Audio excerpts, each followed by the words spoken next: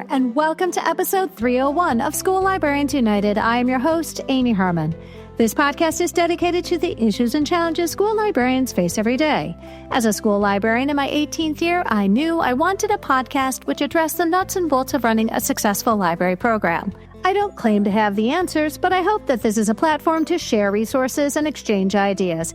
Now is a perfect time to mention that all the ideas and opinions expressed in this podcast by myself, my interview guests, and listeners who reach out to the podcast are our own and do not reflect those of our school districts. When incorporating research, I always make sure to cite my sources. So whether you are a novice or a veteran school librarian, this podcast has something for you. I welcome you and all listeners to reach out with your feedback and episode suggestions. You can find me either on Facebook, on X, formerly known as Twitter.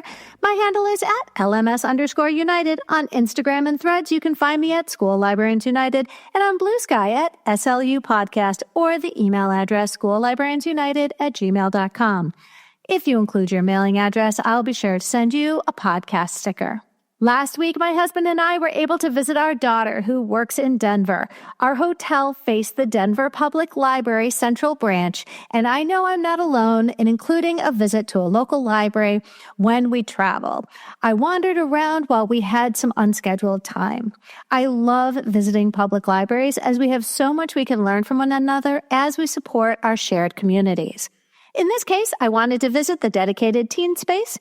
I ended up chatting with one of the 8 teen librarians. I especially like their gaming stations, multiple glass-walled conference rooms, and Idea Lab makerspace.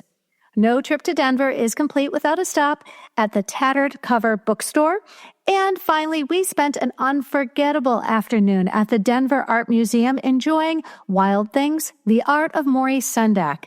This exhibit is on display through February 17th and features 450 original works covering Sendak's prolific career, illustrating books, and his contributions to opera, theater, TV, and film productions. Be sure to check out all the Denver links in today's show notes. Friends, it is now my pleasure to introduce LibLearnX, which is our newest podcast sponsor. If you are overwhelmed with managing student research projects and wish there were a better way to guide students towards credible sources and ethical research practices, then you need to try LibLearnX. LibLearnX automatically documents your students' research journeys, capturing their searches, website visits, and notes. LibLearnX then organizes the students' notes, creates perfectly formatted bibliographies, and even generates a snapshot report that reveals key insights into how students conduct research. With LibLearnX, you can provide personalized feedback, identify research challenges, and teach information literacy skills more effectively. Visit LibLearnX.com, LearnIcs.com, to learn more and schedule a demo. If you mention you heard about LibLearnX on this podcast, you'll receive 20% off your subscription. And now for today's episode, LibLearnX, and my conversation with ALA President-Elect Sam Helmick.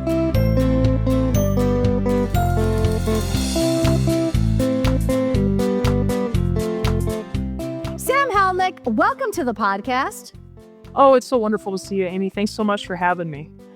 You know, friends, I feel like Sam and I, we've already met, and so I have you at a bit of a disadvantage. You were kind enough to join a Clubhouse conversation led by Casey Boyd last year.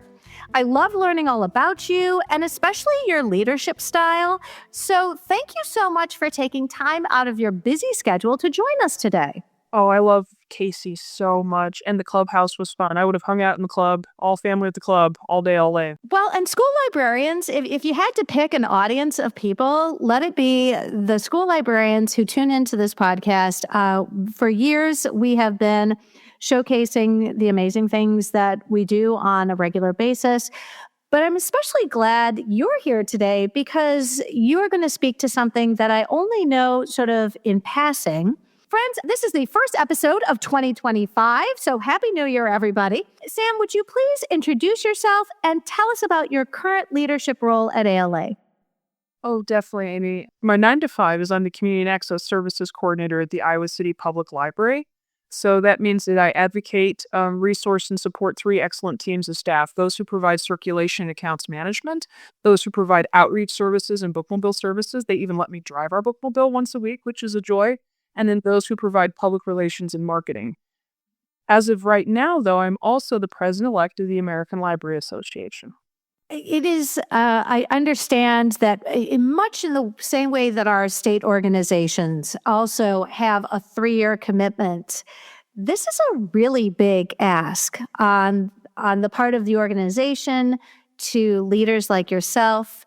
You are the elect, which is very exciting, and it's already busy. Like you've been very busy in your current role. Could you give us, just as president-elect of a national organization, because I think a lot of our listeners who have been leaders at the state level are familiar with how this leadership role is handed from one person to the next. But could you give us an idea of what this year has been like for you as president-elect?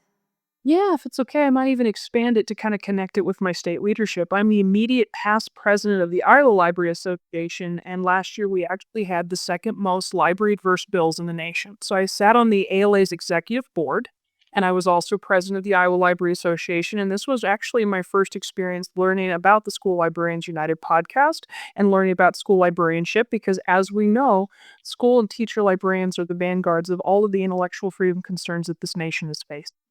And so it's been an absolute joy to have developed policy and legislative acumen, engaging and activating organizations and communities of support to support our teacher educators, but also our public and academic librarians, and then to be able to bring those tools to a larger platform.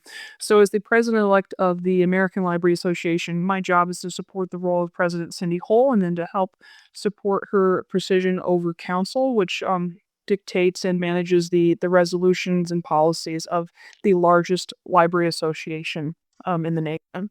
And during my tenure, I'll be celebrating or kickstarting the celebration of 150 years, which makes us the oldest professional association in the nation. And it's sort of fascinating to be doing that at a time when libraries are kind of in a crucible. Mm-hmm. Yes. When it comes to being a librarian right now, I know I'm not alone because librarians everywhere have had to advocate for our professions. Most educators don't have to say, "Hey, I teach math. Remember the math teachers," you know. But especially librarians have to raise the profile of what we do. And I imagine public librarians are no different. I would absolutely agree with you, and I think this is what all library workers can learn from our teacher librarians. You're all kind of like the children of two worlds, right? So like whether it's the Department of Ed or your school library association, you kind of fluctuate between the two. And I would argue that you all have handled something quite masterfully that the rest of us kind of need to hop onto. And that would be, we are a stay humble, hustle hard profession. But you all know that actually the two jobs are to do the work and then to advocate and resource for yourself in order to do it. And so as the president-elect of this association, as a person who ran on the platform Our Stories Are Worth Sharing, I'm really excited about the opportunity to repeat the sounding joy, to be super seasonal about all of the wonderful stories that are happening in school libraries and all the stories that are happening in libraries across the nation, how they're impacting and influencing positively our communities. So being able to see this at a national level with the Office for Intellectual Freedom, our Public Awareness Committee, our Office for Public Policy, it's just sort of fascinating to see all of the staff and the credentialed people at play that are advocating for us, just like we see at that state level. It's kind of blown me away. Because if you think about it, the American Library Association is 50,000 members strong, and that supports a profession that is somewhere in the ballpark of, I'm going to guess, about 240,000 people in the United States who are serving the communities of about 340 million.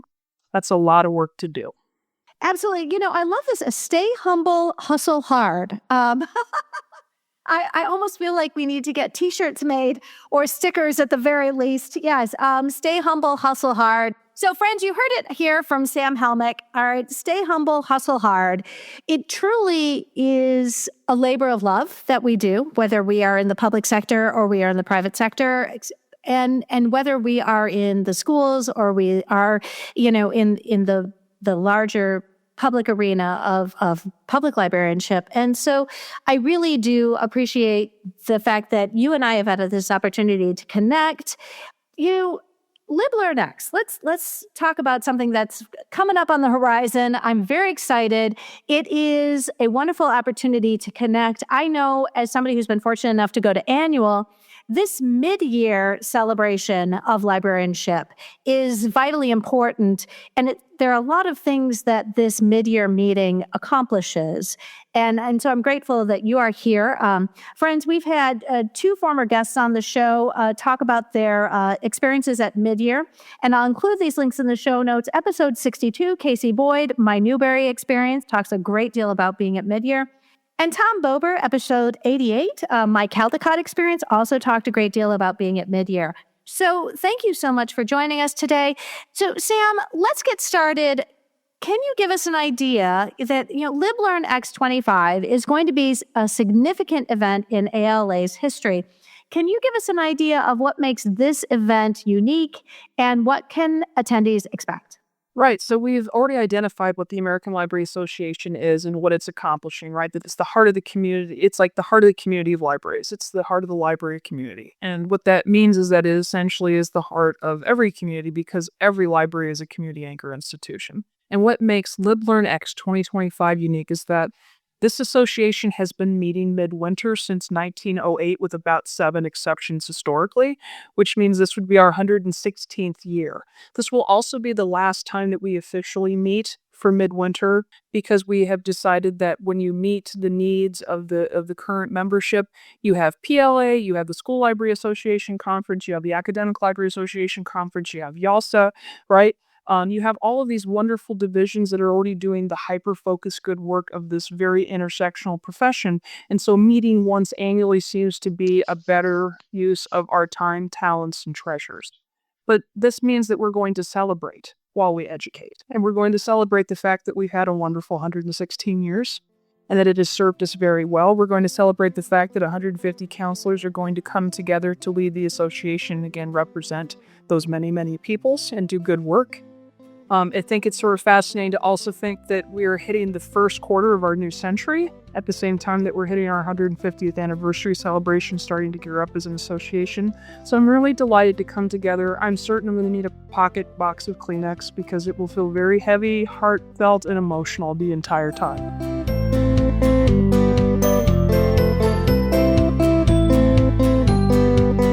I bet. All right. So, how does LibLearnX 2025 reflect the evolving needs and challenges of library professionals today?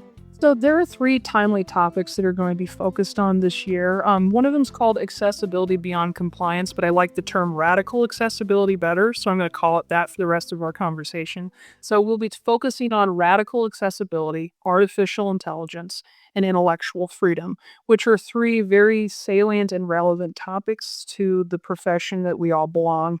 I believe that accessibility beyond compliance is really something that libraries lead. If you really think about the fact that some of the foundational work of our profession is based in access, intellectual freedom will have its intersectionalities with surveillance and privacy, and talking about the fact that we cannot pursue our freedoms if we don't have privacy and support to do that work independently. And then artificial intelligence, right? It'll be one of the conversations that we'll have to have again. If you think about it, ebooks were quote unquote library killers. Internet was quote-unquote library killers. Artificial intelligence will now replace libraries, but you and I absolutely know that it won't. We will be forefront of this conversation, helping our communities learn these tools to enhance their life, but also teaching them that everything is in moderation and in balance so that they safeguard their privacies. Well, and as somebody in the trenches, I'm going to tell you right now, I have never had more traffic through my door, specifically about anything before, than I have with AI. And school librarians will tell you that we are always taking on what's new, what's happening now. We're learning on behalf of our staff and our students and our school communities. So AI has really sort of given us an opportunity to find that silver lining. We're like, okay, I guess we're going to become experts on AI because why? We have to. And I am always in favor of something that allows us to raise the profile of what we do And AI is one of those things which truly does mean we need to be in the forefront of these conversations. We need a seat at the table. And we're not shying away from that. And friends, we have made learning about AI important on this show. And I know that our national organization is also providing us with those types of learning opportunities throughout the year. So I'm very grateful. But yes, this is one of those, it's not like we invited AI, but as long as it's here, we're going to make the best of it. It's sort of like those silver linings that many librarians discovered, both in the public libraries and the schools, when the pandemic came. We're like, nobody asked for this. Right. But we had lots of opportunities to remind people of our relevance. Right. And because of that accessibility lens, and because you serve the full community as a school library, you are raising the next group of society, like members of society that will use their public libraries. So it all kind of feeds into itself. I'm really thinking about the fact that without that equity and accessibility lens, without our school librarians, we are going to be raising a generation that almost intermittently understands these technologies, which is actually solidifying our need for expertise and the relevancy of the role that we play. Well, and also worth mentioning that school librarians rely heavily on our public library counterparts in our neighborhoods because they're oftentimes supplying us with the things that we can't afford. And so it is incumbent on the school librarians to then impart this civic-minded responsibility to support our local communities when those tax, we have those options to vote on them whenever our local elections allow us to support our local libraries. You want to raise a community of civic-minded citizenry to then support our public libraries. So I see us having this very interdependent relationship. I'll invoke a quote from the great Casey Boyd: "Teamwork makes the dream work." Yeah, anytime we bring Casey Boyd into this conversation, you know what, a dear friend, and I am grateful for her leadership. And truly has been an important part of my PLN. And friends, this is about building that support of community. Sam, what are some of the key themes and topics that will be highlighted at LibLearnX 25? And why are those important to the library community? That's a great question, Amy. Beyond our timely topics of radical accessibility, artificial intelligence, and intellectual freedom, ALA does have established core professional values. And those would be access, equity, intellectual freedom and privacy, public good, and sustainability. So as a community anchor institution, as the beating heart of the community in which you serve, all library workers and frankly some of our affinity groups and partners will find something relevant based on those core topics. So any ALA or ALA division conference that you attend should be focusing on access, equity, intellectual freedom and privacy, public good, and sustainability. And what I like about LibLearnX is it gives you this thought partnership incubator where community groups, partners, grantees, other municipal and school entities are in the panels in collaboration, not only imparting knowledge, but seeking it from the participants. We are all learners together.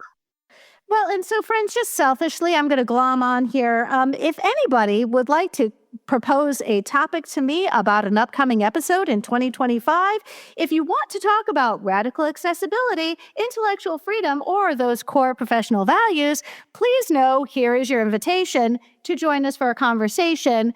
And I welcome that opportunity because it really does serve as an important opportunity to continue this conversation into the new year. Friends, this event will feature thought leaders and authors. Are there any specific speakers or sessions that you are especially excited about, Sam?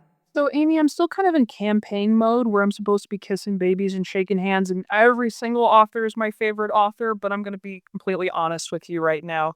Nick Brooks is going to be speaking at 1 p.m. on Saturday, and he is the author of Nothing Interesting Ever Happens to Ethan Fairmont, which is a wonderful, middle grade reader that absolutely delights me.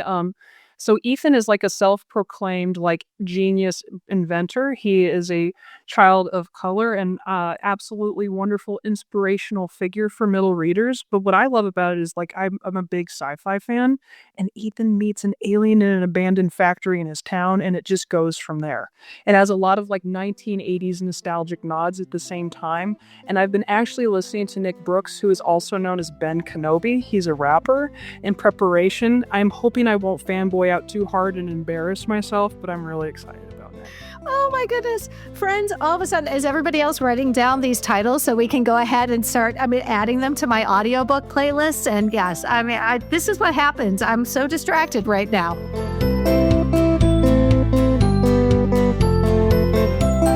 So what role, Sam, do you see libraries playing in addressing social, educational, and technological challenges in the coming years, especially as you will be leader very shortly? Right. So I'm really happy to focus on our fundamentals right now. I feel like doing so is wise. I think ignoring our fundamentals or underestimating them would possibly be to our peril. And I identified them actually as a unuseful acronym because ALA is already full of acronyms. I imagine that the school library world is too, but I've been calling it my case for libraries. So that would be community building, and then advocacy, storytelling, and then educational/economic development, right? Because that's what libraries do.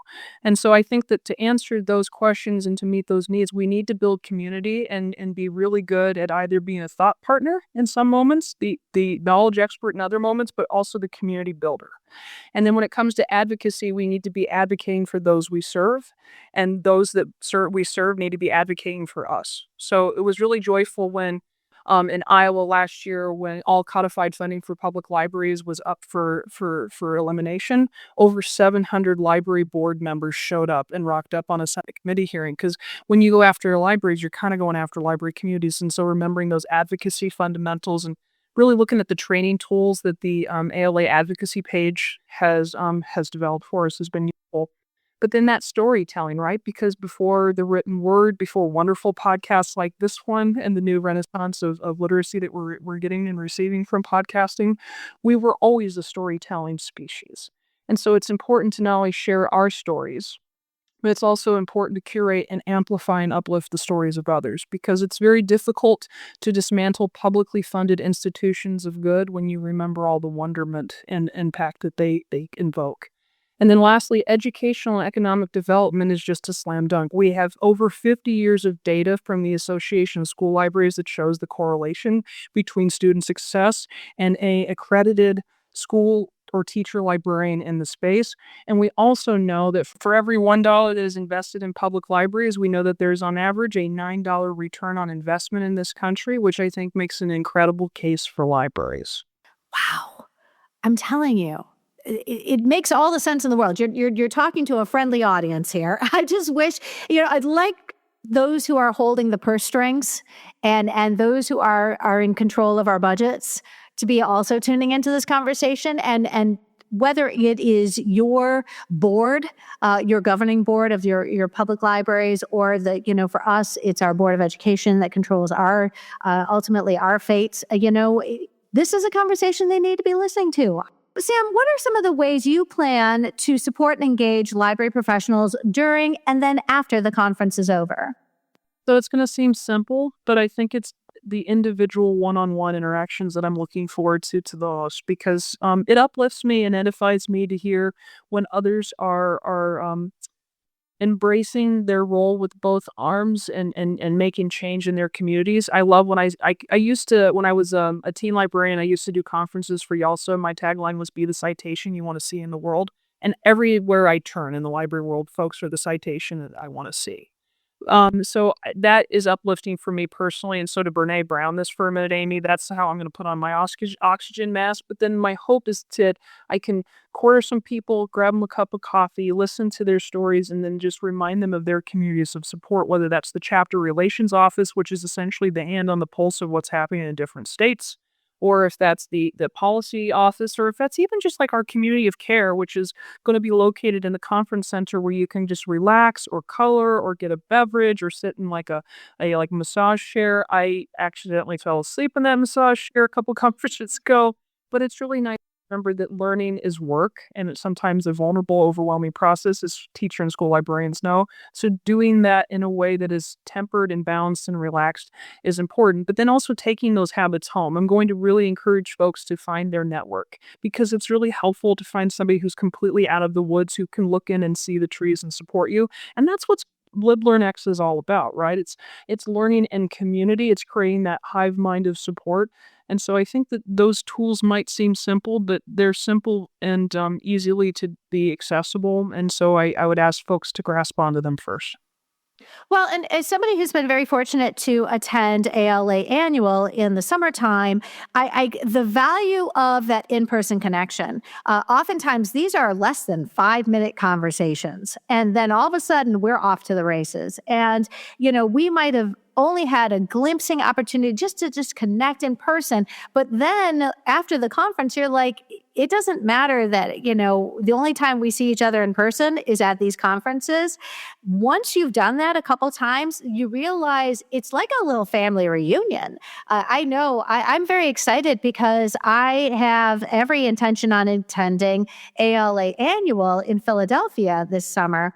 And there are people that I only will ever see at Annual. And so this is as important to me professionally as it is connecting with family members at our family reunion. So Kathy Lester, right, who was the 2022-2023 president of the Association for School Libraries, we met on council floor. That is really the only place that we have ever interacted, but Kathy is such a dynamic leader and such an inclusive leader that even as a baby counselor, before I ever got on the executive board or thought about running for presidency, I felt supported. And she is now on my presidential advisory committee. Same thing with Casey. When we were all getting together for the first time for my president advisory committee, Casey remembered, like I did, meeting me in the lobby of a hotel in Baltimore at LibLearnX, and us just vibing and connecting on shared values. And I'm like, I'm going to start crying here, but you're right. There's something very powerful about coming together and meeting people with shared values and having these special life-changing moments. And so now these are two folks who will be able to give me a wonderful school librarianship lens when we do this good work for the next 18 months. And I see I'm even tearing up now. It's kind of beautiful to have aggregated this body of wonderful people, this like constellation and network of folks who are doing the good work around the nation like you, and you can support them, and they definitely are going to come when called for you.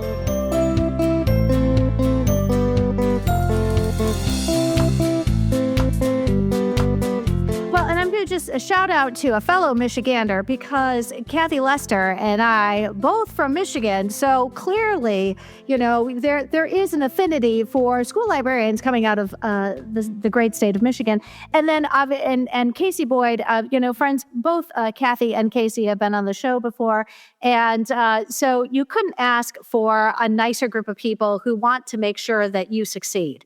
And especially when you realize that school librarians, this is about rising tide that lifts all boats. This isn't a zero-sum game. I mean, honestly, when it comes to the field of library professionals, we all stand to benefit when any of us can celebrate those wins. So, Sam, with the upcoming transition at ALA's event schedule, you've already started to sort of talk about this, but how do you envision the future of library conferences going beyond the year 2025?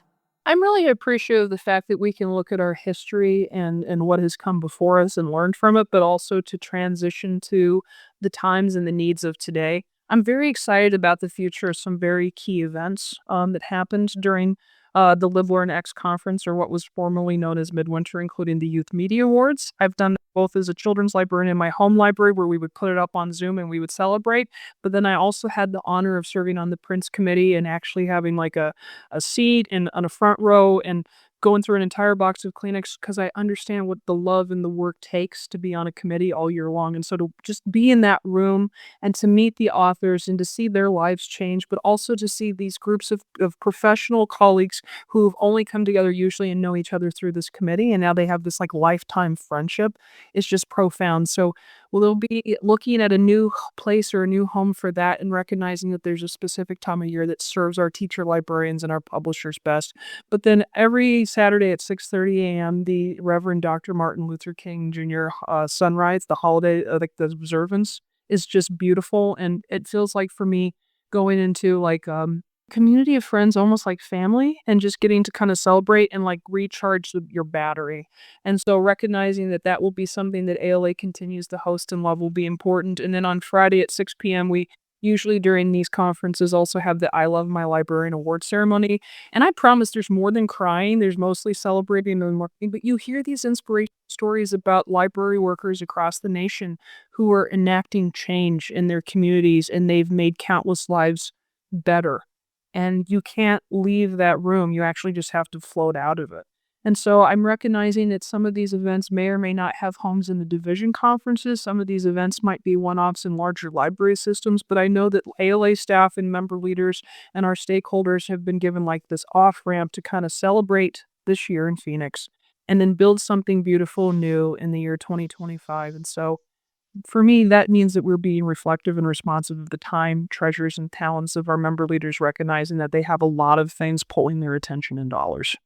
Well, and friends, just as a selfish pitch, the fact is that most of us, tuning in, have maybe not gone to LibLearnX. But I'm telling you right now, if there is a winner of the I Love My Librarian who would like to be featured on the show, please feel free to reach out. I do love to feature these library leaders who've been recognized for the amazing things they do because, number one, because we have to always remind our profession that we are one that does acknowledge the exceptionality of the people who devote themselves so wholly to this profession, that they are recognized, the I Love My Librarian Award. And it's also vitally important because those winners, because they're being acknowledged, inspire the actions of others, which would hopefully sort of create that sort of spiral of wonderful things that happen, that all stemming from the leadership of a librarian and the space that they oversee. So LibLearnX is known for its collaborative, hands-on workshops. Can you talk about the importance of these formats for learning and professional development? Oh, yeah, definitely. I think especially in like a post-pandemic era, you and I can very easily wrap our minds and our arms around a webinar. I often do it from the comfort of my couch with pajamas, and my home office supervisor, which is my cat Rilke, will often be on my lap while I'm doing it. And that's really great. But you and I have already talked about the importance of being together in community, celebrating in community, and sharing thought bunnies, as I like to call them, like online for coffee in between sessions. Those are transformative moments. And so I think that that's an opportunity for folks who are coming in again to the next quarter of our century, coming into a new presidential term, coming into probably new expectations with the new year. This is a really great way to kick off 2025. So I would say that just leaning into those personal interactions are important. But then the other thing is that ALA just got like a new website. Like we upgraded and it looks very pretty, and it's very user friendly. It's Sam friendly. I can find everything I need now. But my favorite part of the ALA website is that if you are a member, we have ALA Connect. So like last week when I was in Chicago for an advocacy workshop with about 50 different school librarians, if I wanted to connect with any single one of them, I could hop on to Connect, which is very, apropos name, Connect. And that is a wonderful tool. I think that is something that we sometimes underestimate. So I would say first, come learn, connect, be in community with people, start your year on a really good note, and then make sure that you're continuing to play the melody on ala.org so that we are connecting with each other and sharing those ideas. But also, this is a hack. This is a hack I use in every single conference that I go to. I will write down on the back of my card what we talked about because I don't expect you to remember me. But when you give me your card, I almost give myself an assignment. Like I'm kind of super nosy. I check up on you. I'm subscribed to your channel. I want to hear your success story. And I think that that's really good to do for each other too. Let's celebrate in January, but let's continue to celebrate each other in 2025. Well, and librarians are very aware of just how fleeting our social media can be when it sort of reflects the times and political leanings of this country. And I think right now I'm very grateful that you're going to share with us your social media at the end of this conversation, because we've needed to have that connection and find a place where we can feel comfortable and safe exchanging those ideas, because at the end of the day, in order to learn, we have to be rather vulnerable. In order to be vulnerable, we have to feel safe in that community, albeit a virtual PLN, is really what has sustained me through some of my darkest times. So I'm very grateful. And I do love that we also have this community which can be built on virtual learning experiences that we've learned are incredibly vital to sustaining a lot of us who aren't able to attend in person.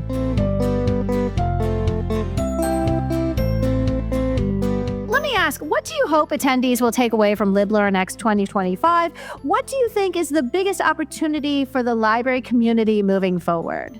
So I think the biggest opportunity for the library community is to embrace those three timely topics and to see them through the lens of our core values. And I think that this event allows us to really hyper-focus on what radical accessibility looks like. We are doing this work every single day. I think sometimes when it's rote or it's normal for you to do it, it becomes less appreciated. And so to be able to do a deep dive in these sessions and in these conversations will be really helpful.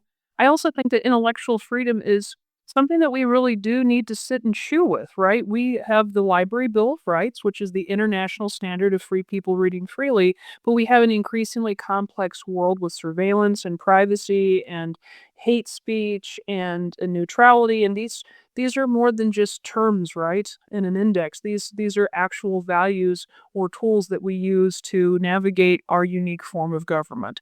And so I think that this is an opportunity for libraries to really dig in and understand how we're executing intellectual freedom and uplifting it and championing it for our communities who may increasingly, due to the lack of privacy and very public way that we all engage with each other, do not understand or appreciate it.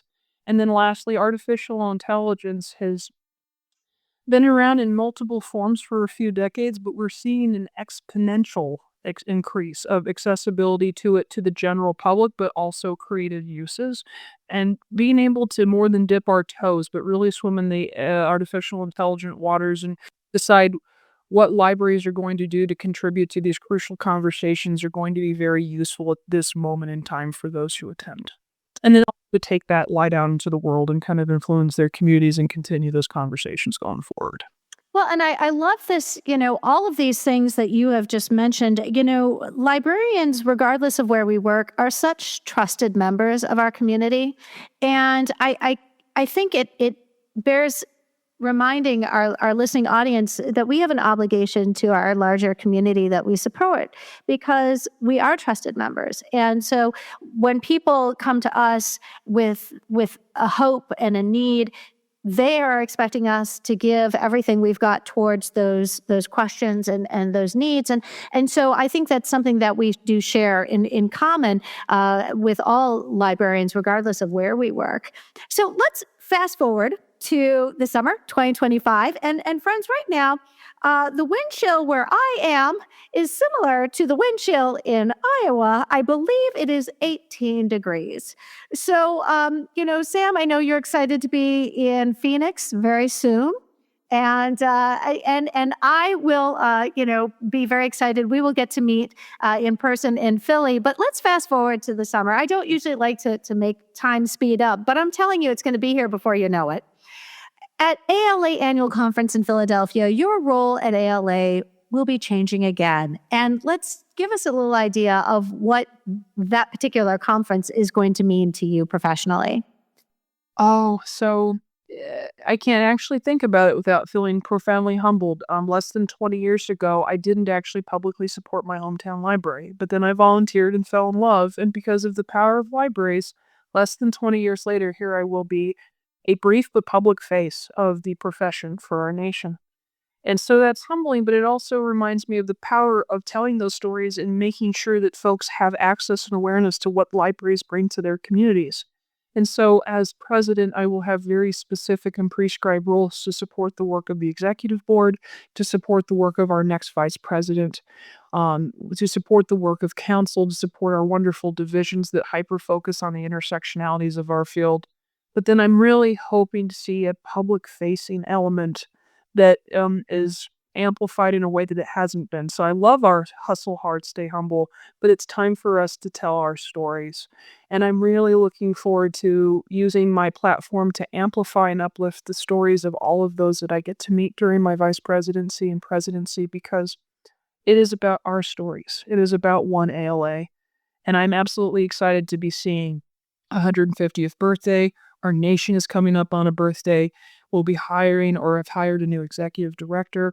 And so this will be this beautiful moment where you and I get to write the next chapter. And I am excited to do that with you all. Oh, I'm here for it. Friends, we are in good hands. I'm just telling you right now. This little sneak peek into what this organization is going to look like very soon. I am nothing but incredibly excited because I do hope, Sam, at some point we need to get a drink in person. I owe you. That's a standing offer also. Friends, anytime you're on my show, I owe you a drink. You've already given us an idea of some of the things you're excited to do. What is something that you have on your radar when it comes to being the president of this organization? So can I do like a shameless self-serving plug here, Amy? I learned from President Drabinski that because she is an academic librarian, she wanted to see school and public libraries, and she actually came and toured quite a few when I was vice president of the Iowa Library Association. What I would love to do is do a deep dive into school libraries because, friends, I homeschooled. I wouldn't even know how to use a locker combination if my soul depended on it. So my experience with school libraries has mostly been advocacy and legislative work and working with my colleagues in the state. But I am desperate and hungry to see how it is done across the nation. So if anybody has room in their very, very busy schedule for a president to pop in and just celebrate them and say hi and to learn from them, this will be a learning year for me, and I would love to take your stories that you share with me and continue to amplify them. So shameless plug, have sneakers will travel. Well, and friends, please know this is not the last time that Sam will be on our show. I was curious about your new role, ALA president. And friends, I've included a link of the description in today's show notes because there are library leaders who are tuning in right now who fancy being the president of this organization as well. And let me just tell you, friends, it says here, quote, in addition to meeting attendance, ALA presidents receive 6 to 10 media requests per week. So understand, friends, we got Sam in when the timing was just right. Your schedule is going to become incredibly unfamiliar and unrecognizable. And so I'm so grateful that we've been able to selfishly have this time together. Please let us know where we can find you because, again, this is about building that community. Wonderful. I appreciated the opportunity. This has been so humbling to connect with you and your audience, Amy. And I hope that you all will put me to work. I am here to serve you as president-elect, but then president. So you can find me at samforlibraries.com, or I hope that you'll hop over to Blue Sky and follow me at samhelmick@bsky.social. Excellent. Excellent. Friends, you'll find those links in the show notes. Sam, Happy New Year. 2025 is going to be amazing. And I'm so glad that we were able to do this today. And truly, I am grateful for your generous servant leadership. I think that's what they call it, because you are going to be giving your heart and soul to this organization for the next few years. And we are all the better for it. Sam, Happy New Year. Happy New Year, Amy.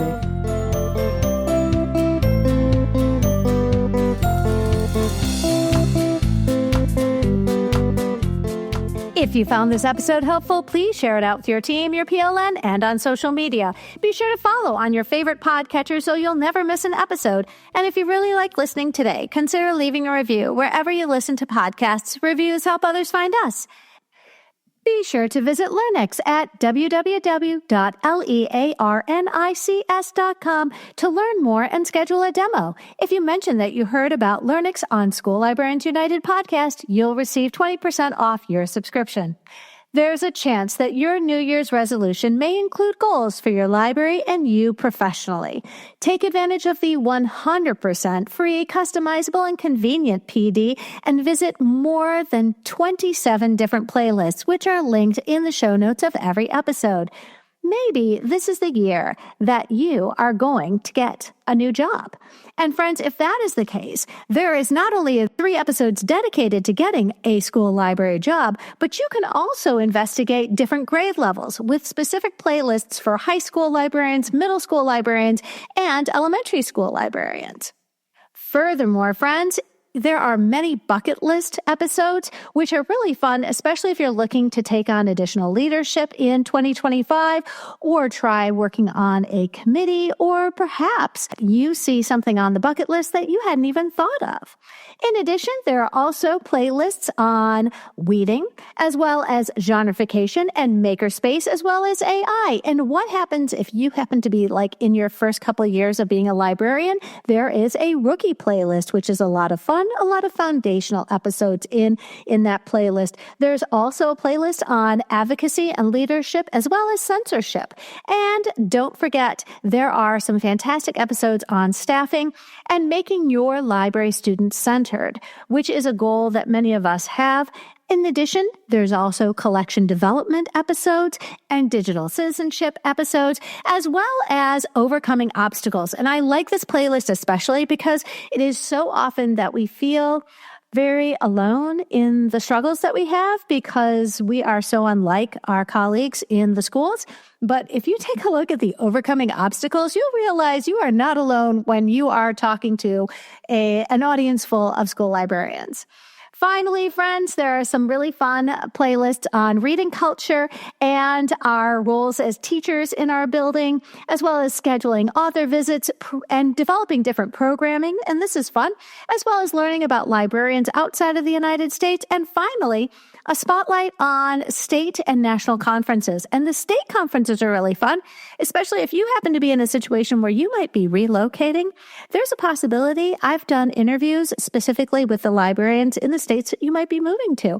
And that would include the librarians in New Hampshire, North Carolina, in Oregon, in Georgia, as well as Alaska and Tennessee and Florida. So friends, don't hesitate. Take a look at all the many playlists that we have to offer, because in the 7.5 years I've been doing this podcast and more than 300 episodes, guaranteed there's something for you.